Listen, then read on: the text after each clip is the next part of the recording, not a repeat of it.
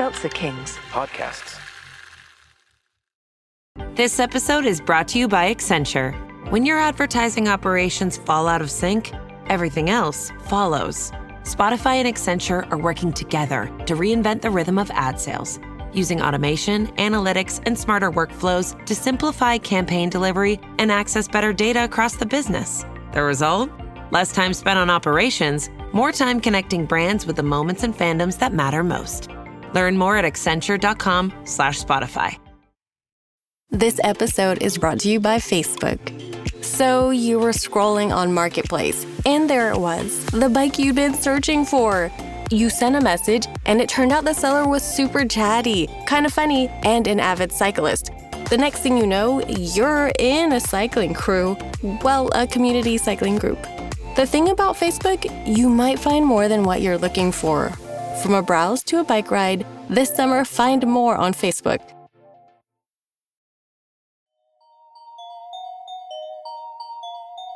Real people making bold moves. Unforgettable journeys into life's next chapter. This is the Second Act Podcast. Every day is a new chance. Mindset on a new path. Anything is possible. Any limit I surpass. Everything is in my grasp. I got tunnel vision with a pickaxe. Life is more fun when you live like there's no strings attached. John, welcome back to the Second Act. What up, Michael? I was laughing before we hit record because we aren't doing this as much as I expected or as much as we used to. I'm got to dust off this equipment and figure out what's plugged in and what's not. And here I am thinking it's user error. And it most likely is user error, but I'm doing good. It's good to see your face. It's been a few days. Likewise. Yeah, it has. And yeah, the 168 hours we have in a week, I'm definitely feeling the constraints of that with all the things going on in a good way. But I still like to make time for these incredible conversations because we get to learn so much about people and their journeys. And it is a nice break from the grind of building TrySam.ai and all the other things going on in our life. But it's a good reminder that, this creative side road we started keeps on going and inspiring people. And that's what we like to do. Well, it's nice for me because in my line of work, I spend all day on the phones with people, with clients, and they're always asking me questions. So for an hour in the day, I get to ask questions now and figure out what's motivating other people. So excited to have this guest on the show. I am as well. It's kind of a funny story in terms of how we met, and we'll get into that, which is an incredible story, building an incredible product. So with all that said, I think we should jump right into it. All right, today I'm excited to introduce Kimmy Green. Sometimes a single message can change the direction of your career. For Kimmy, that moment came when entrepreneur and My First Million co-host Sam Parr reached out. That conversation eventually turned into a partnership and the idea behind a new company. But Kimmy's story started long before that. After studying management, information systems, and marketing at Baylor University, she began her career as a technology analyst at Phillips 66. From there, she made the leap into startups and fintech, eventually joining Ground Floor, where she worked across analytics, partnerships, and business development, helping connect investors with new opportunities. Those experiences navigating corporate America, startups, and the messy middle of entrepreneurship ultimately led her to co-found Sam's List, a platform helping founders and high net worth individuals find trusted accountants, financial advisors, and fractional CFOs. Today, she's on a mission to bring transparency and trust to one of the most important and often confusing decisions founders make. Welcome to the show, Kimmy. Thanks for having me. Yes, Sam's List is a really cool product that I've checked out, and there's a cool backstory to it. But we don't want to start right there. I think it might be worth just sharing a little bit about how Kimmy and I crossed paths. Let's do it. Yeah, tell the people. Tell the world how this all happened. So back in November, I attended an event here in Denver, and I happened to talk with someone at that event named Alex Seidel. We didn't know each other, didn't know anything about each other, and we got to talking. She's in the advisory business. She's a lawyer who now does advisory work for small businesses, small and mid-sized businesses, I would say. And we agreed to follow up after that event, and we finally made that happen back in January. And when we met up and had coffee and learned a little bit more about each other's businesses, I was sharing more about the second act and try Sam.ai. And she's like, I know this really awesome entrepreneur in New York who's building something called Sam's List. And it's focused on the finance and accounting world and helping Yep. people match individuals with that expert. And she thought there was at least a loose relationship with what we're doing to match people with a professional coach. And we also shared the name and affinity for Sam.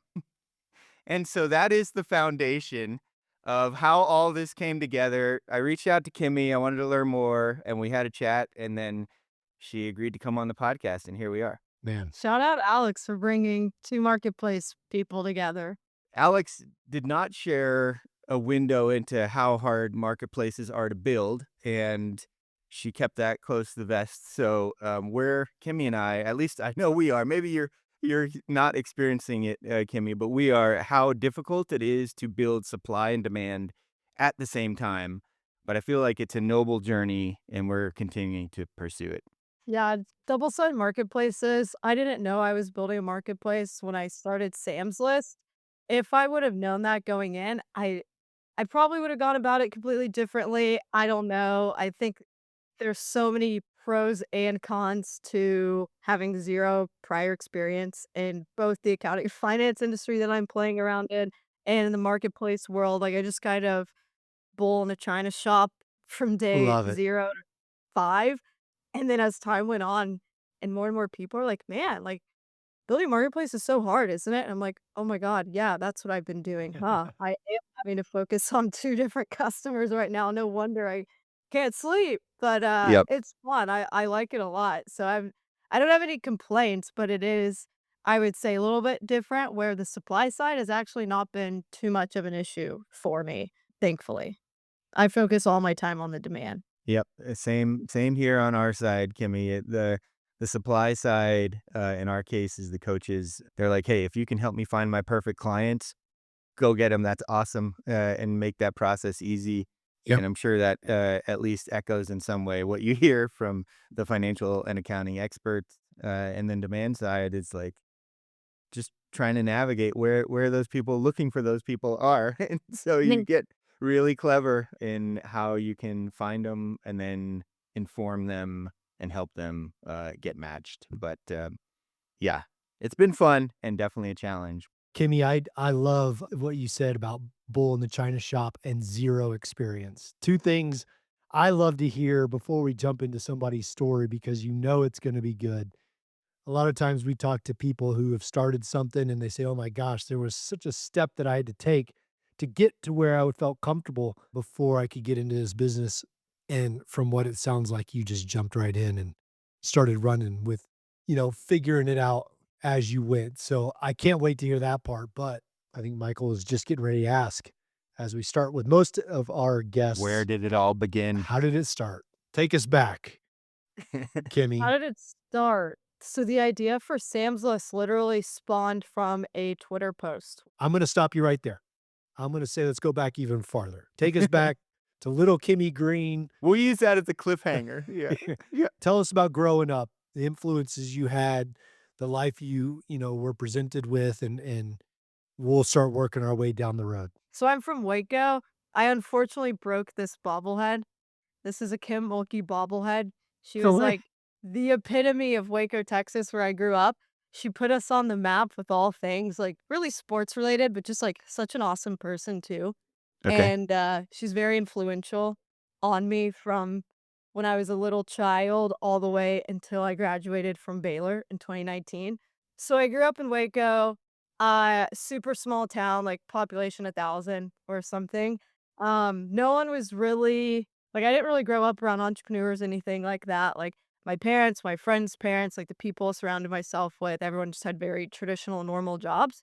And so really it wasn't until I'll stay here, but to jump ahead really quick, it really wasn't until I was like 23 when I quit my corporate job to risk it all to like try to franchise a donut shop that ended terribly. That's what exposed me to like the world of entrepreneurship. And it was like oh, whoa, I'm now meeting people who don't have traditional jobs, who decided to say F it and try something new that probably could have a high probability, like 90% chance of failing, but they are having a lot of fun. They found passion in what they were doing. And so I got super motivated and interested in that. But going back to like my upbringing, I will say, even though I grew up in a small town environment with like not seeing people do what I do now, the way I grew up, it very much was like, I don't you were empowered in a way to where I thought my little small town was like the world. Like, I never even saw like alcohol or drugs until I got to college, but well, the upbringing was, like, so fun, like, you just felt like the kings and queens of the world until you, like, graduate and you're like, "Oh, there's so much more to, what's out there," but I think that instilled in me, like, a delusional confidence that I had in myself and, like, how to seize an opportunity, granted different lanes, but yeah, that's my background a little bit, just like a normal, basic small town person. And that individual you mentioned earlier, how did you said she was influential in your life, but what were like a couple of or the most important thing you took away from that relationship with her as you left small town America and went out into the world of entrepreneurship and big city life? She has no idea who I am. But hopefully she does soon. Like, she it was so funny, I grew up playing basketball, so she would come to some of my games, but it wasn't for me, like, I'm 5'2", average player. She was going to play the girls that I was, like the girls who would break my ankles and make me look like an idiot, like, she was there to watch them. But growing up and getting to watch her coaching style, like, my mom worked at Baylor, so we'd go to all the games for free and everything. Some of the players used to, like, come to my violin concerts growing up. Oh, wow. And so, like, seeing the coach version of her and then, like, going to some of her camps and still watching her program. She literally took Waco, specifically, like, the basketball team from no good, like, no one knew who we were, to one of the top programs in the history, like a top 5 program in history, national championship. She's so disciplined, and I'll never forget, I was watching, like, one of the March Madness games, and she's a tough coach, like, she calls it how it is. She's just very on the nose with a lot of things, doesn't hold back, just speaks her mind. And there's this scene of her coaching in, like, an Elite 8 game or something like that. And she's, like, coaching and yelling at the players on the court, and her best player was on the bench because she was in foul trouble. And you just see at a random time the girl on the bench walk up to, like, check into the game, and then she checks in and then tells the player something, and they score immediately after. And I thought that moment was so profound because Hmm.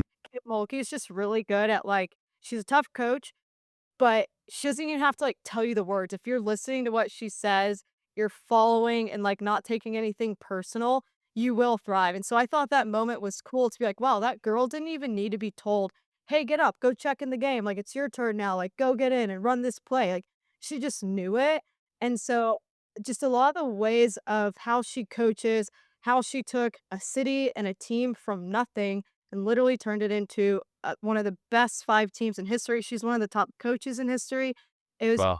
it's just, like, so cool for me to see that being, again, from the same town as her, like, my friends lived in her neighborhood and whatnot. I typically learn the most from coaches like her, like Gino Auriemma, I have his bobblehead behind me. Oh, I just love coaching styles because they're so impactful, and I think it's similar to being an entrepreneur is you're impacting just more than those on your team. I hate when people, like, explain their companies as teams or families, whatever, but, like, you have your immediate team within the company, but you're also affecting other people. For me, that's like as a fan, as an admirer of the sport, I'm impacted by like these coaches and these teams. They bring me so much joy. I get so much like satisfaction in going to the games and the final fours of a product of what they've done and built. So those are a couple of ways I guess that some coaches have impacted me. So many leadership traits and qualities from coaches, individuals come from the basketball, arena. And Michael and I both grew up watching Michael Jordan, and so we commonly quote old school basketball references. But it's really cool to hear what you took away from the coach and that leadership style, that non-communicative leadership style that is just exchanged through a couple actions or through nonverbal looks and just knowing the team that you have in front of you, knowing the coach and the leader that you have and having those expectations already laid out well before they're, you know, acted upon. So that's really cool. It's a cool story. It is, and you're getting indirectly influenced by this larger than life persona who's an elite coach, and that in some ways leads you on your trajectory. But you said your mom worked at Baylor. Was that some of the influence in terms of how you decided that was a good, like your mom was enjoying her experience there? Baylor, I think, is known for entrepreneurship, if I'm not mistaken. And does that also play a role? Like, help us understand how you got there and then where you went next. Yeah, she actually my mom, although I love her to death, she had 0 to no impact on me choosing Baylor. Okay, okay. I looked at just about every other school except I'm the youngest of 3, and so I really, really, really wanted to go somewhere out of state, and so we toured a few campuses out of state when I was in high school, and I remember, like, liking them, but I could not picture myself there for whatever reason, like, I don't know what it was. I just remember being on the campus and just thinking, "Oh, this isn't Baylor." Like, I'm so used to being on Baylor's campus a lot. Like, when I was younger, especially when I could drive, I would just, like, hang out on their campus, would use all the facilities, like, I was so used to it. It's very beautiful. Like, Waco is not a beautiful city. Baylor's campus is beautiful, and so whenever it came time to decide where I was gonna go to school, my final 2 choices were between TCU and Fort Worth and Baylor. And I remember, it was, like, March of senior year, and I had it decided. Maybe no, maybe earlier. It was senior year, though. It was senior night for basketball, and I remember our, like, announcer person was like, "Hey, Kimmy, it's senior night, like, we have to announce where you're gonna go to college. You know, you're gonna go to college?" And I was like, "Oh, shoot." And I literally just remember, like, going back to the locker room and then finishing the rest of school that day, like, "Where am I gonna go to college?" And then I just, like, picked Baylor, and I I love it. remember my parents walking me out, and the announcer said, "Baylor?" And they're like, "You're going to Baylor?" And I was like, "Yeah, I think so." Not much time went into it. I just remember thinking, if I don't like it, I can transfer to TCU because that was my backup, and I actually really enjoyed choosing Baylor. It's probably how I navigate a lot of life, honestly. It's just like I think about it for a few seconds when I need to make the call, and then Love it. if I like it, I'll keep heading down that path. If It's not, we can awesome. pivot, whatever. Yeah, but I would say definitely the influence my mom had on me choosing Baylor would just be it allowed me to experience, like, what not a lot of people can. No one from my no one from my town went to Baylor, so I was the only one. So it wasn't even like it was, like, a popular decision even though I grew up there. I will say she probably rubbed off on me choosing MIS as a major because ever since I was a kid, a lot of the MIS professors, you know, they were heavily involved in my life. So whenever I went to school, well, first of all, I always knew I'd be a business major, but I didn't know exactly what. I hated accounting and finance. I also failed at accounting. So, like, that narrowed it down from that. Marketing, you're not going to get a good job when you graduate with just a marketing degree. Entrepreneurship wasn't on my mind. So, didn't feel like majoring in that. And it literally was just process of elimination. I'm like, okay, MIS, it has the highest top salary for people. I already know a lot of the professors, not that that should have any influence, but I did know, you know, oh, these people know me. And then thirdly, it was just like the classes were more interesting to me. Like you're learning how to build apps while also like learning how to code and build databases and all like it just I found that to be more creative paired it with marketing because I liked consumer behavior. So I think she probably had an influence on me to do that.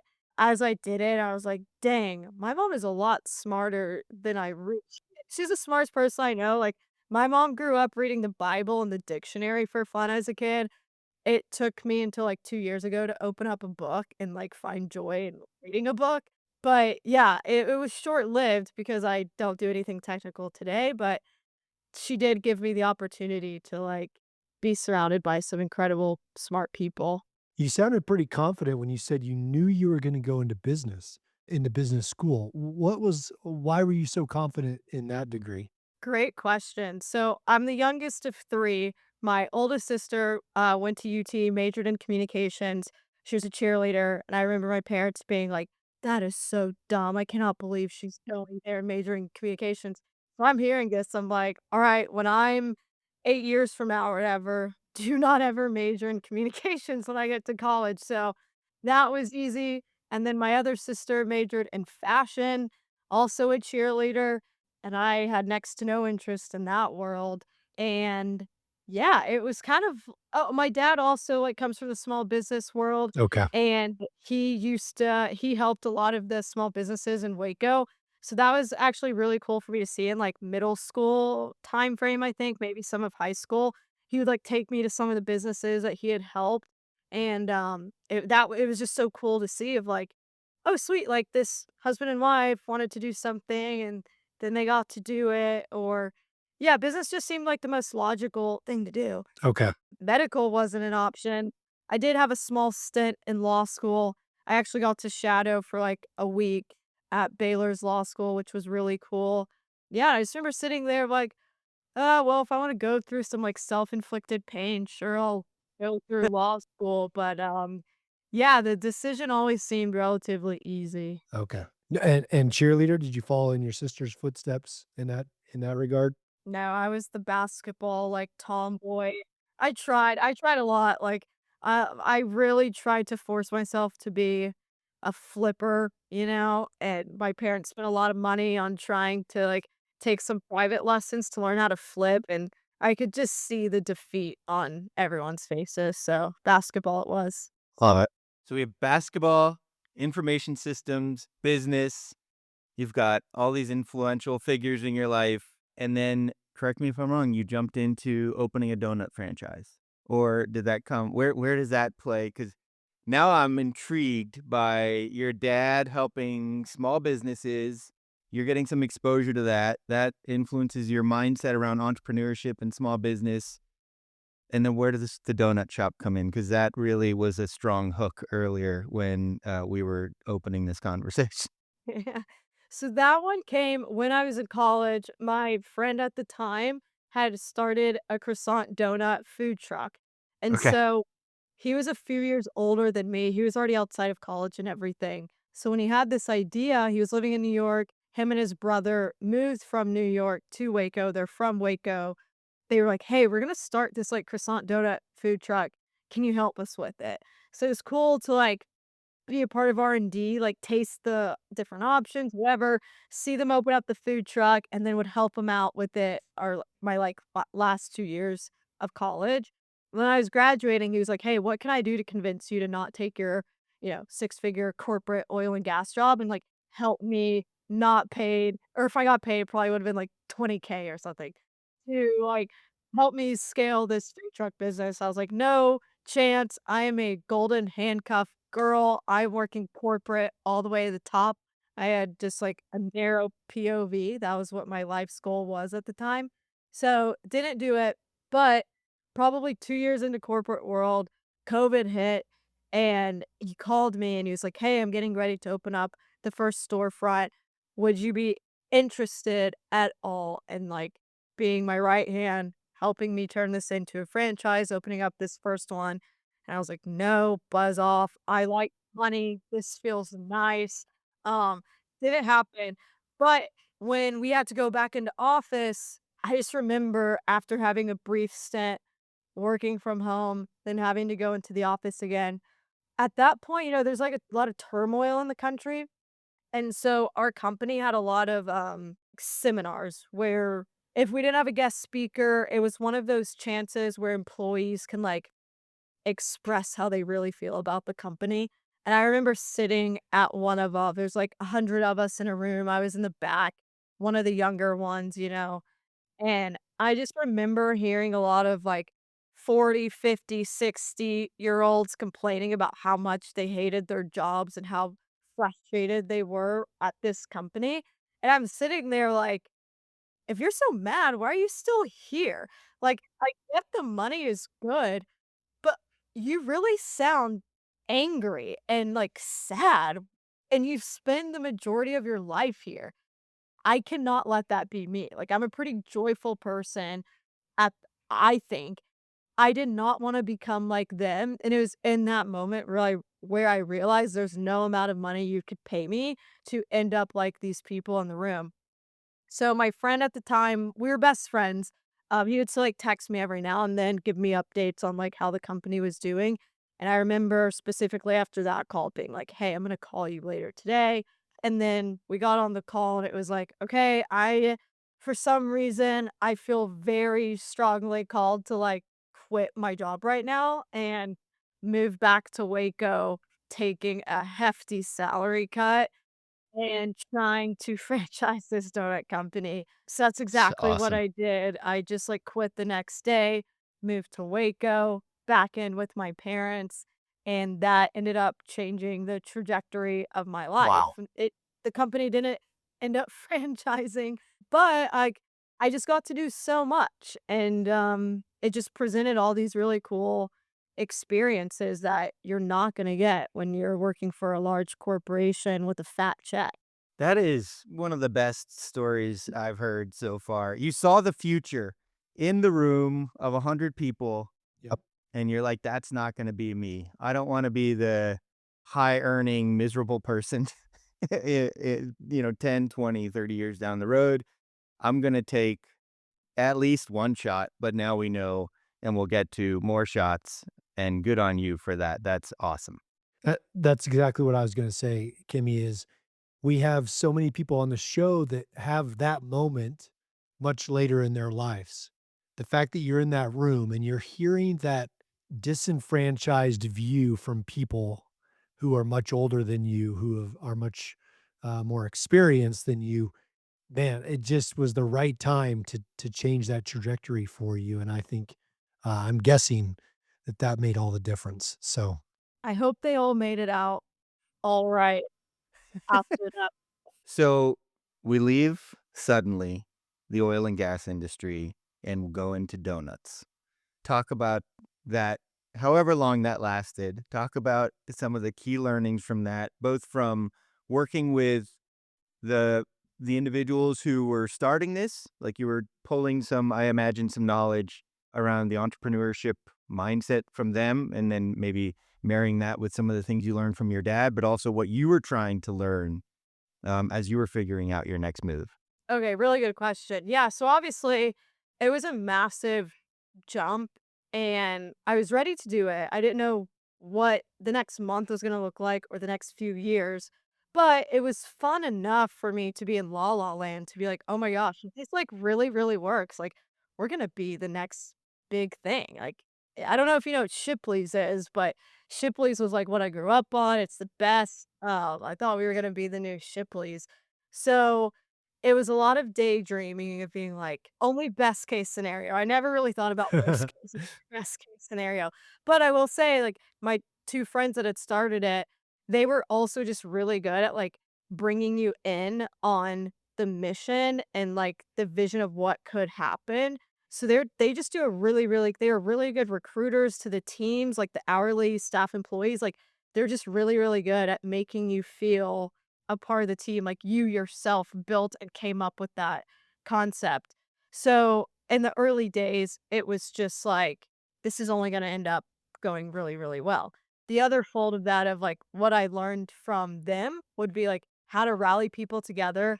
They were so, so good at like creating fans, not customers, but fans. Like we were making donuts for 30 cents and then selling them for $3 to get someone to not blink twice about spending like, the average order, I think, was around, like, $25 or something for just, like, a couple of donuts, like, wow. to get people coming back, sometimes even multiple times a day, but definitely, like, multiple times a week, you have to make them feel some sort of way. Yeah. So, to their credit, they were so good at that, and this wasn't the first company that they had created, like, they had created a company in college, they created one outside of college.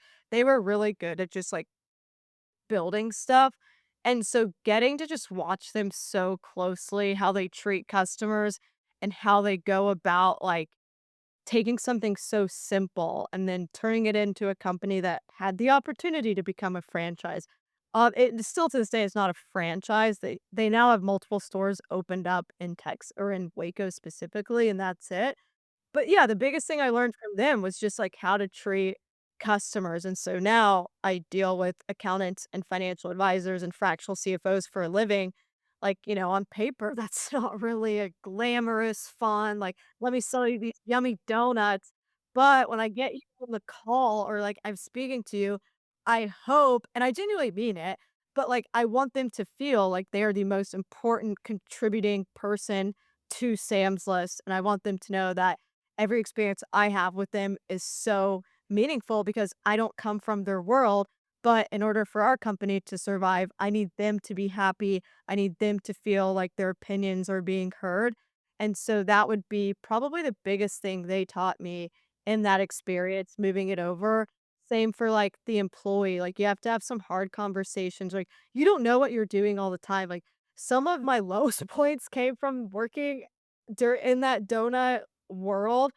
Now I think I've hit some new ones running Sam's was actually mine, but it's like I we had some rock bottom moments building that donut company, but then you still had to, like, put a smile on your face because the job like, we didn't have an office. We would if we weren't working from the donut shop, like, sometimes a lot of times I have to go behind the counter and, like, make the donuts, hand former teachers and classmates of mine their donut bags, and they're like, "What the hell is Kimmy doing giving me my donut bag?" Like, it sucked, and, like, they wouldn't know what would have just happened the night before or, like, so but you had to, like, continue on, like, the show goes on, and I'm so glad I had those experiences when I did.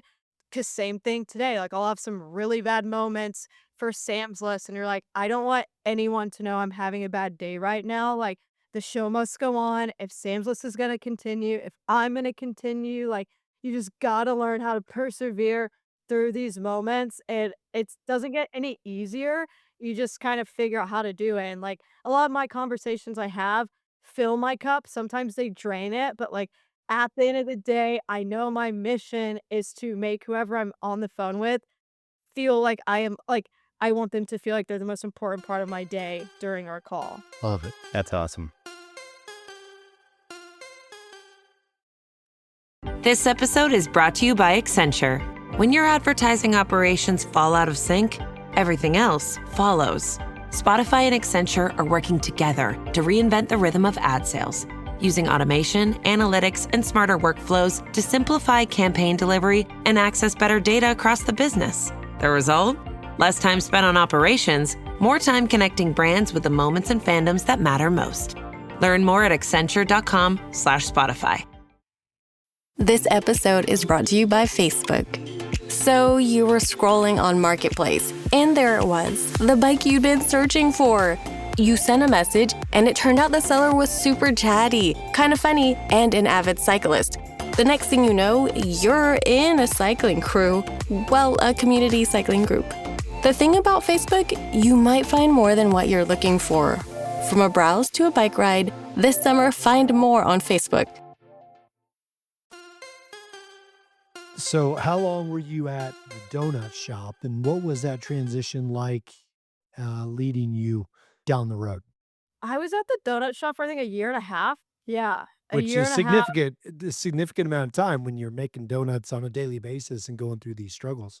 It was. There were a few months where you never saw a paycheck, but again, you are willing to make those sacrifices when you know what the ultimate goal could end up being. And for Yeah. mine, I thought I would be like living in Denver, Colorado, working on store number 234, just taking over the world. So, as much as I was bought in to my friends and like the vision of the company, it was like a year and a half later, and you're like, okay, nothing has changed. I thought I'd only be in Waco for like a couple of months, and then I'd be in Colorado or Houston working on the next store location, but that wasn't happening.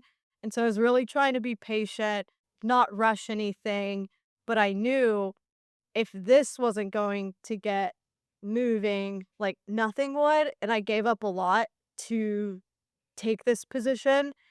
And so because there was, like, actually a lack in progress being made, I was like, "All right, I think I need to just honestly be selfish and do something else." So I had when I was working for the donut thing, I was considering getting a second job at a second part-time job because I was like, "All right, I'm not getting paid much money." I mean, I was living at my parents', so rent thankfully wasn't a part of my expenses. I just would eat out like all the time and I had one wedding a weekend. So I was really my expenses were bachelorette parties, weddings, flights, hotels, like, that was really it, but they're expensive, so I was like, "Maybe I should get a part-time job." And as I was trying to, like, look for different stuff, I came across a podcast of a guy talking about fractional real estate investing, and I was like, "Oh, this seems pretty cool." I, like, made an account, started investing on this company's website called Ground Floor, and then ended up emailing the CEO. I was like, "Hey, love what you're doing. This seems awesome. I'm kinda looking for some part-time work. Would you have something available?" And, he passed my email along to, like, the vice president of analytics or something, VP of finance and analytics. They're like, "Hey, do you wanna, like, interview for this job?" I was like, "Sure." It just so happened that I, like, kinda had some moving parts going around, like, towards the tail end of the donut experience, and so once things started, like, trending pretty well, I felt good enough to just be like, "Guys, peace and love to donuts. I think I'm gonna pivot and go to fractional real estate investing in Atlanta." So that also allowed me to leave Waco because I did not wanna Sure. stay. Waco's the best place to grow up as a kid. Not interested in it as a young adult, especially in my, like, early 20s. So moved to Atlanta the second I got accepted for this new job, and, startup world began there. So you learn the ups and downs of small business and the importance of customer experience with the donut franchise or donut business. And I'm not sure where the courage came to just reach out to the CEO of Ground Floor and tell him like this is cool. Can I? Is there any opportunity for me to be a part of this? But I feel like that is definitely the courage is an attribute any entrepreneur has to have Yep. because you have to be willing to just go for it, and you did. And now you're in fractional real estate. So all of the lessons leading up to this, now you're in an entirely new world: oil and gas, donuts, fractional real estate. So help our audience understand what things you started to learn from that business, and then soon enough we're going to get to that important X tweet. I don't even know if that's the right term anymore, but the message that was sent on that platform. What comes to mind immediately is probably I think the transition would have been worse had I gone from my corporate job straight to ground floor, which is more startup. But because when I was working at the donut shop, I was already unlearning a lot of things from corporate to donut, as you could imagine. And honestly, when I was like going through the interview process for ground floor, I'll never forget. I'm like meeting with the CFO on a call and I mean, this guy's awesome. He had on a baseball cap and I think he might have even been on his cell phone. He's just like sitting on his living room couch during the interview. And I'm in I like dug out one of my corporate business professional outfits. Like I think I literally had on a blazer. I'm like, oh, wait, okay. This is so Welcome to the startup world. Yeah. yeah. Yeah, so that was my first introduction of, like, kind of, the way things operate, which is much faster and better than corporate. It's just, like, no one cares what you're wearing, if you keep it professional, obviously. Sure, sure. Um, so that was, like, my immediate reaction. The second thing was one thing that I really loved is they gave me a lot of opportunity. Like, I was not the best employee, like, in our department, let alone the entire company, but they tasked me with a lot that tested my limits and, like, allowed me to do a lot of things I probably would have been uncomfortable with. Like, specifically, our analytics department was like a hybrid of the finance department. So even though I was analytics, there was some finance involved in what I had to do. Then at one point, I gave a presentation just in my free time. I was like, our company should be marketing a lot differently. And I still think the company should. But ended up putting together this pitch deck. I had also like ended up reaching out to people. So for context, my whole idea on how the company should pivot marketing was working with finance related content creators on social media who had following sizes of all whatever, because it's a natural integration of what ground floor does and what that audience of theirs would find interesting. So I had reached out to either all of those creators or their agents because that's also easily findable. So I'd reached out to all of them. I figured out how much they would all charge, if they would even be interested in it. Then I put together a presentation of like, hey, I think this is what we should be doing, and this is what I think the ROI could do for it. And the CFO, I had shown him the presentation, and he was like, "Okay, well, before you present this," one, I he was the one to be like, "You need to present this to Brian, the CEO." Actually, I presented it to the whole executive team, but I just had the basic like pitch deck, and I was like, "This is how much it could probably cost." Didn't really factor in any like conversions or ROI, anything like that. But he sat down again, not related to like what I should have been doing at this time for work. But he was like, "This is really interesting," and then he was the one that like helped me figure out how to calculate, all right, well, figure out how many impressions this person gets, and then what's their average CTR, and then what do we think what's the conversion rate for us of how many like downloads we could get or actual people turn customers. So that was really fun. That was kind of like the finance side of it. Made the presentation, and they were like, all right, Kibby, this is great. We're going to pick you up from this department and move you over to marketing. Go do it. Oh So wow. that was really cool to be like, if you would come up with something and they liked it, they would allow you to do that. And so that was a lot of some of my job was just being like, okay, what's available? And I see this in building Saves Us right now, but there's a lot of low hanging fruit within the company. And it's like we all know something needs to get fixed or something can be improved upon, but it's like, who's going to do it? Do we have the time to do it? Should we hire it? Should someone internally do it? Like, what can that look like? And then they'll give you that opportunity if it makes sense. And similar for Sam's List now, I'm like, there's a lot of low hanging fruit that I could be doing. But for me right now, it's like, where's my time best allocated? What's going to net me the biggest ROI? And so to answer your initial question of like some transition things or like the takeaways that I had while at ground floor, one, the flexibility to just like present an idea and see if they'll let you do it. And then secondly, having really good bosses. I had never had a good boss until I worked at that company. Wow. I had bosses that I would never want to be like up until that point. No offense, but like full offense on that. Like I had this delusional viewpoint of anyone can be a boss. If you're a boss, that actually doesn't mean you're good. I Yep. know I sound like a jerk when I say that, but it wasn't until I started working at Ground Floor I'm like, holy crap, these are some of the brightest minds I have ever met in my life. They're super smart. I still talk to some of them to this day. It just like completely changed my mind on how to be a good leader, similar similar to the donut guys, like how can you make your employees feel like give them the chance to thrive. Again, I've never been the smartest person, but my bosses were always so kind and continued to entrust me with projects that like it always made me feel confident showing up to work even though I wasn't like a top 10 performer. So the leaders at ground floor, if you had to pick one or two things that made them a great leader compared to everybody else, you mentioned kindness, you mentioned having some agency over taking a decision and run with it. But is there maybe another attribute that stands out from some of the other folks that you've worked at or worked with over your life up to that point? Good question. Yeah, really good question. Maybe one that's kind of like at the front of my mind is they were both honest. So you always knew how both of them so I had two bosses during my time there, same department.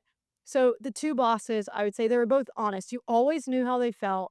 Everyone else who was not on our team, they were all intimidated by them because they were so open-minded, but because they were always usually right with like everything they said. So if you were ever to like try to prove them wrong or like go against their recommendation for something, you're most likely going to be wrong. But I always respected that they weren't the leaders that would, like, brush something under the rug or, table a conversation for later. It was like, no, like, if your work stinks, they're gonna tell you that this work stinks. Or, like, I remember there'd just be so many times when I'm on a call with them, and if I'm not presenting something and someone else is presenting something and it's wrong, they're like, "Ah, no, no, no, no, no." They'll just, like, interject really quick, not in a rude way. I just think of my first bosses in corporate. It was, I don't know, it was just a lot of pushing stuff under the rug, or if something was wrong, I don't it would just get scrapped. It's just so much different. So I'd say, like, the way that they led was just more honest and pure. Yes, you had autonomy, but I never second guess where I stood with them. I knew what they expected. There was no guessing involved, and I just appreciated that a lot because then it made me feel comfortable, never not being I was never afraid to tell them about something. Even when I quit, I was like, "Hey, I'm gonna quit."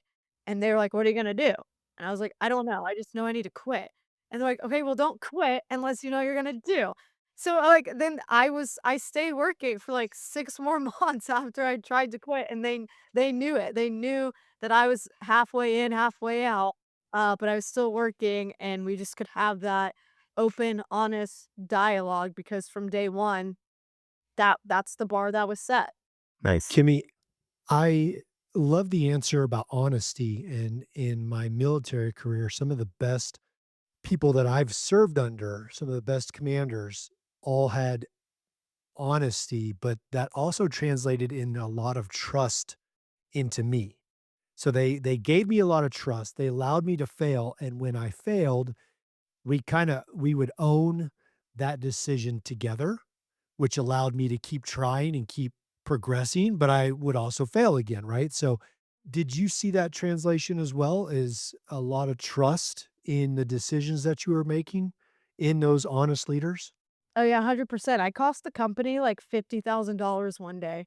They called me immediately, and they're like, "Hey, you just messed up big time, but, like, don't worry, I already took the blame for you. Wow. Now let's figure out where you went wrong so that it never happens again." This was, like, at 8 a.m., I'll never forget it, being like, "I just cost the company $50,000 and I'm not fired?" Oh my god. So that was just so nice. That was my largest F up in the company. And then there was another time when I was doing investor relations where this very, very high net worth individual, I believe she called me around like 8 p.m. on a Tuesday and I didn't answer. So then she emailed the head of engineering or whoever led our division at that time and said some harsh things about me, and then he ended up, like, defending me similarly. He was like, "Hey, don't let this, like, stress you out or anything like that, but we did just get this comment that you, like, didn't answer the phone at 8 p.m." I'm like, "Are you kidding me?"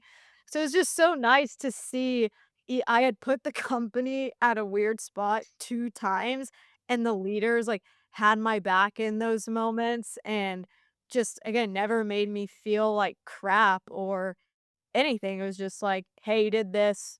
I took the fall for you. This is where you probably messed up. Don't do it again." So it's just really cool to see some awesome people stick up for me in ways that I didn't expect it, in ways that other people probably would have gotten fired. I do think part of the reason why I never got fired at that company was I was like the only person who actually went into the office. So I was relationships with people in person rather than virtual, so I think that was part of it, and they did see me work hard when I was working, like, I really did give my all to the company when I was there. Like, I loved everyone that I worked with from, the execs to C-suite all the way down to, like, new employees when they came. I would, like, really try to include them in on the, like, one day they would come to the office before reverting back to their home desk.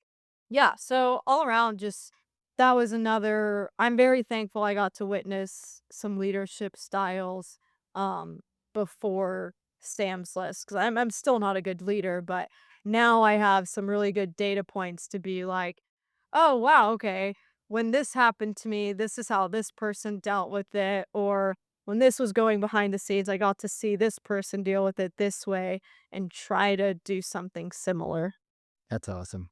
And they gave you 6 months. I mean, when from the time you said you're gonna quit to actually quitting, which I think is a great, segue into what you're doing now. Well, let's get to that famous tweet that led to a conversation that led to Sam's List, because I think it's such an interesting component of your story. And for the audience and for you guys, I like all the dots are connecting for me as you tell your story leading up to this point. So it's really awesome for you to share some of this detail into your world. But I'm super excited to hear how things start to unfold as you jump into your own personal entrepreneurial journey here. What's this tweet? Yeah, I'm on the edge of my seat now. So my friend Sam, he has a massive business podcast called My First Million. He's the guy who kind of like made newsletters cool and allowed people to create businesses off of him. It's called The Hustle. I had no idea who he was when he was doing that though. But at the tail end of Donut Company, Origin of Ground Floor, I think I saw a YouTube video from My First Million, and that was my introduction to them. Like just a few months before I had reached out to Sam when this thing had happened. So that was my introduction to Sam, was just listening to him as like a audience member. And then he posted on Twitter in 2024, beginning of 2024, hey, who has an accountant that they love and why? And it got a crazy, like hundreds of recommendations from people. And he was like, oh, I think this could be like Yelp for CPAs if I were to make a Sam's List. So he called me and he was like, what do you think of Yelp for CPAs? And I was like, let's try it out. This is coming at the time where we're on month like 4 maybe of me having already told my boss I was gonna quit, and I didn't know what I was gonna do, but I was working on a business at this time around helping run clubs monetize. So when he called me about this idea, I was in San Francisco connecting with different run clubs out there to be like, "Hey, I'm Kimmy, like, I'm gonna help you make money, and this is how." So I was, like, working on this business plan at this time when he called. And I was like, "Oh, this might have better traction than what I'm working on right now." And I'm so glad because I would have been probably at this point like negative 50 grand plus had I continued working on the run club idea. I do think it had legs, but I was going about it completely wrong. So Sam is like, so I made this tweet. We just need to like take all the reviews, create a page for all these companies, call them, ask them what they do, get all their information, and like this is going to be what Sam's List is, a review site to help business owners and high net worth, ultra high net worth individuals, people literally like Sam in his situation, find these like specialized modern day CPAs who get the complex tax and accounting situation that these people go through. So that's how it started. We took his tweet, we cold called every single one of those companies that had been recommended, which I think was like 200 at the time. We were like, this is what we're doing. If you're interested, can you tell me what you do, like how much you charge, the services you offer, who you specialize in working with? And everyone we talked to was like, yeah, this is a great idea. I love this idea. And then similarly, when we announced it on Twitter that this is what we were doing, it just got so many people right off the bat. Like, I think the first day we had like 20,000 people on the site. It was Wow. crazy. But just so I'm tracking, so he posted something about, do you know a good CPA or accountant? And then you responded to that, and he reached out to you. Just how did all that unfold? Yeah, no, I did not have an accountant that I recommended. I guess I didn't explain that piece. So I went from being a listener of his to I was also trying to get my MBA. Okay. So from like 2023 to 2024, I basically was just trying to do a bunch of random stuff to pad my resume so it looked good as I started applying for grad school to get my MBA. And he had posted again on Twitter that he needed a part-time researcher to help him come up and speak about certain topics on My First Million. And I'm pretty chronically online. I have a good pulse on like smaller people that are like really interesting, but they're not like big to where everyone knows about them or business ideas. So I felt like I would be a really good person for this.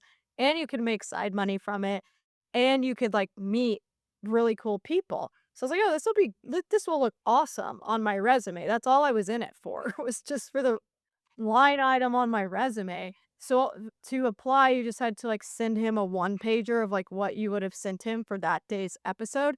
So I got down to there was like 500 of us or something that applied. Got down to me and two other people. I didn't get it, but he had saved my information, or he remembered or saved my information from them. So when he got the idea for Sam's List, that's when he reached out to me and was like, "Hey, what do you think about this? Do you want to co-found it with me and my friend Joe?" And I was like, "Yeah." Yes. And the irony of all of that is, if I recall your story correctly, back in college, you really disliked the finance and accounting world. And here we Hated it. are now solving a problem in this space through technology and like, all the matching dynamics and things like that. So that's kind of fascinating to me.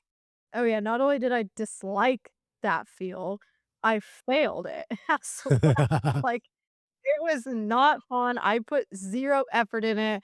I only attended the absolute minimum classes you needed to attend to graduate for those. Like, they were just so boring to me. If someone told me they were an accountant, I did not care to ask them more questions about themselves. I was like, "You and I are not gonna have anything in common. You're so boring." Like, and now it's just been a complete 180. Now if someone tells me they're an accountant or a financial advisor for that matter, I have, no joke, 100 follow-up questions that I can ask you within seconds. Like, you're not gonna finish your answer before I ask you the next answer. So I now love this field from a completely different angle. So yeah, I every single time I think about that, I'm like, I've got to reach out to my old professors because not one of them would expect me to be doing what I'm doing right now.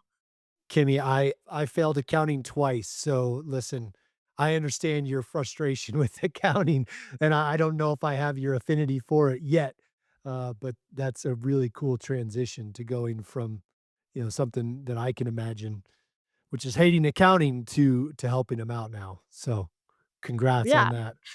Now, starting a business is hard. We've learned that by working for others, and then also now, yeah, I think at the beginning of the conversation we were talking about how hard it is, especially when you're building a marketplace product. Yeah. So, what were some of the early wins that put wind in your sails to keep going, and then what were, if you're open to it, sharing like one of the things that was a setback and is like, man, what am I doing here? Well, honestly, when we added financial advisors, that made my eczema flare from like, those guys are so heavily regulated, and I Yeah. had no idea, and so, still to this day, we sorta have a harder time getting them bought into Sam's List.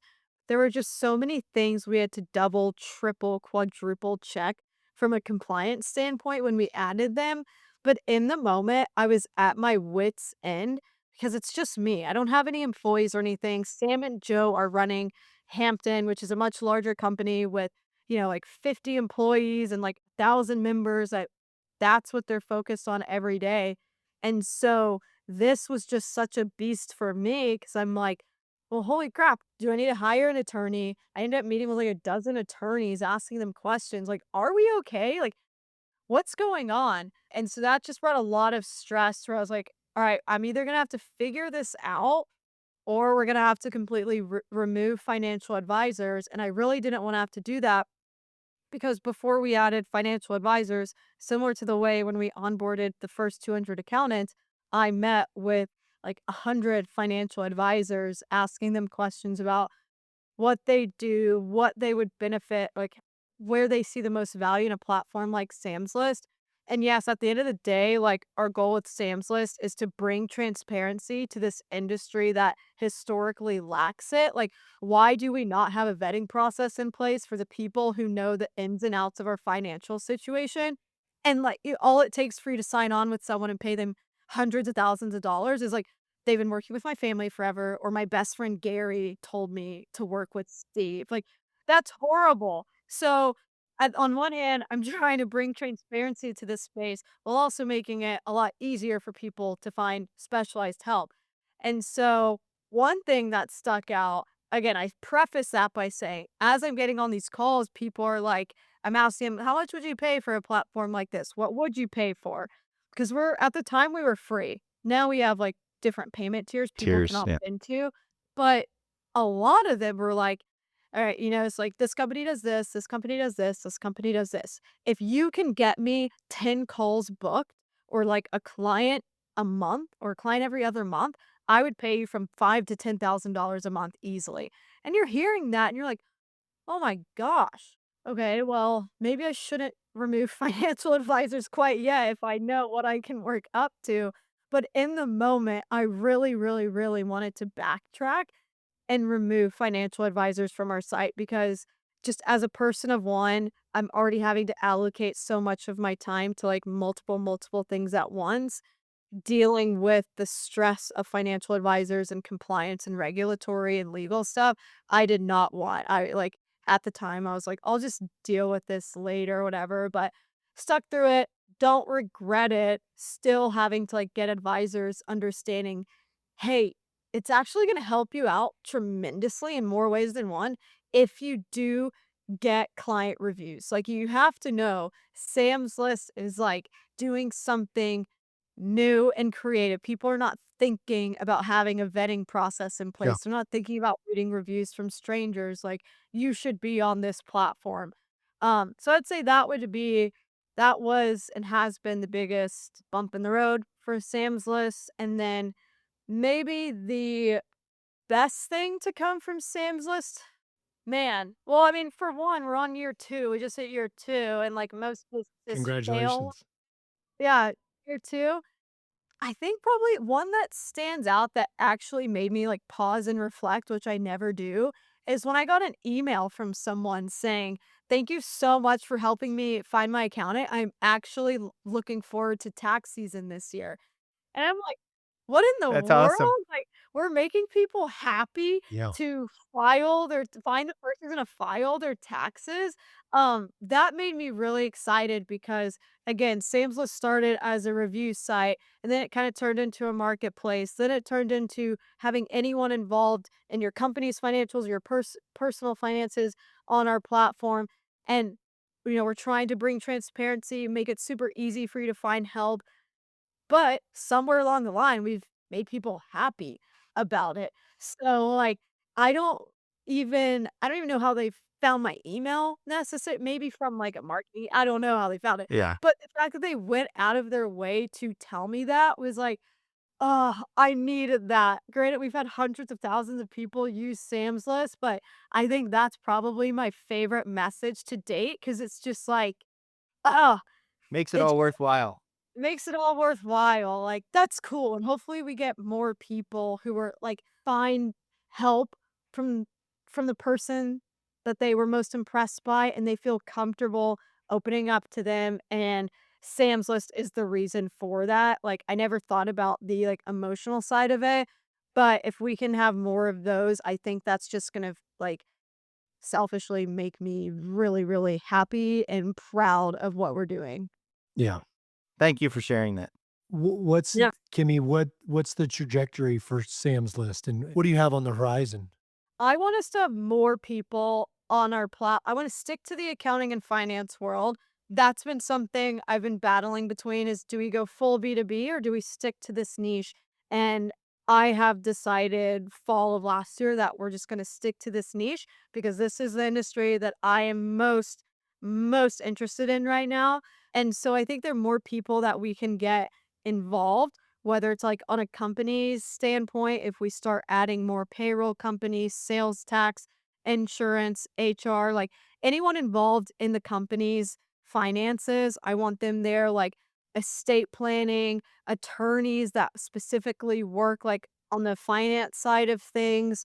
I want to keep expanding to include all of them. And I don't see it as a way of, if any accountants or advisors are listening to this who are on Sam's List, they're like, "Oh, this is gonna mess up my pipeline from Sam's List." That's not the case. I do believe, if you're building out your financial team, you're gonna have multiple different people. Like, I have a tax guy right now. I don't have a financial planner, But, eventually when I get to a certain stage, I'll need that financial planner. I'll also need an attorney to like help with all Yep. parts of each and every part of this.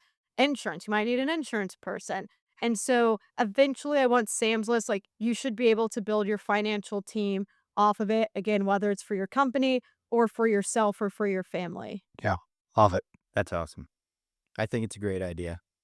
I really do. And there's so many things I want to go down a rabbit hole with on the thing you're building and what we've been working on, because I think there's just a lot of common hurdles to get over when it comes to building, but I'm not going to do that right now. We can do that offline. What I do want to do, since we are running up against the time that we had allocated for this call, and I want to be conscious of your time, Kimmy, is with this amazing platform you're getting off the ground and you sharing your story, we always like to ask our guests what their parting advice would be for our audience, something practical that they can put into practice for anybody contemplating or just getting started on their second, third, fifth act, whatever it may be.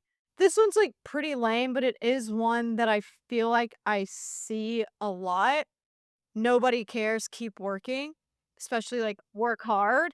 I would say that's how I have gone about building Sam's List. Right now, we grow in the way that the name Sam's List has grown and garnered people in has been through social media. It was something I never did the first year and a half of building Sam's List. Like, I did not post anything. And then mid of last year, I started posting once a day, LinkedIn, Twitter, TikTok. I was definitely afraid to post on Instagram because I was like, this is where all my friends are. I'm afraid to be judged. And that's how I was on LinkedIn as well.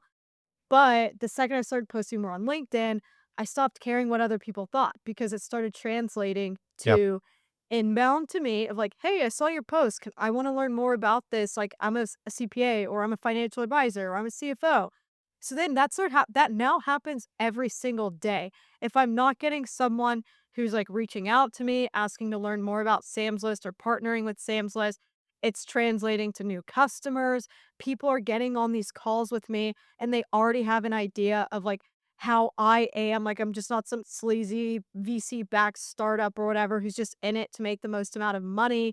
I am literally we didn't get into it. I am running the worst business model in the world. Like don't follow what I say here. But ever since I started posting on social media and I'm seeing the growth that's come from it, it makes me so mad that I was caring what other people thought about me or the company if I start posting. That only does yourself a disservice if you listen to those fake scenarios going on in your head.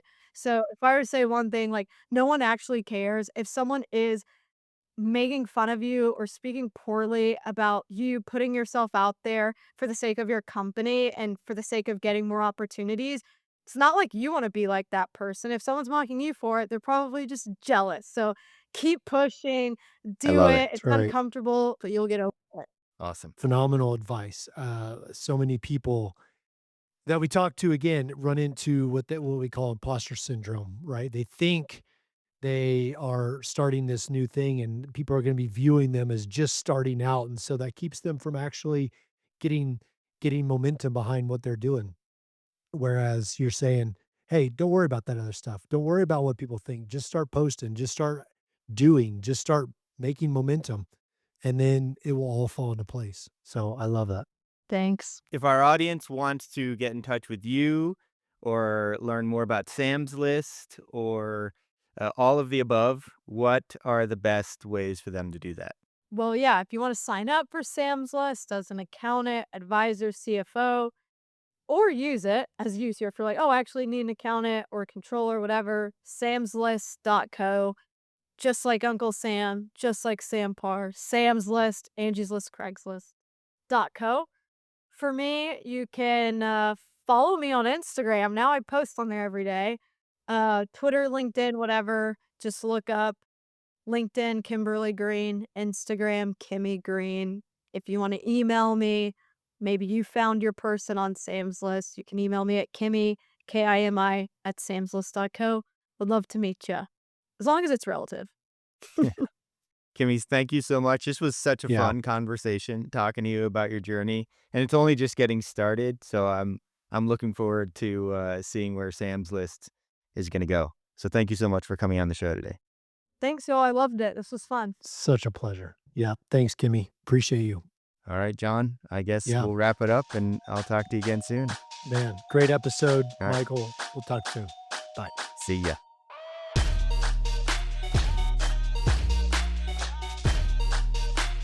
The Second Act with Michael and John stars Michael Newborn and John Ballinger. The podcast is produced by Seltzer Kings. For more information on the show, check out thesecondactmovement.com, or if you'd like to get involved in the conversation, give the guys a shout on their socials at The Second Act Movement on most platforms. Thanks for listening.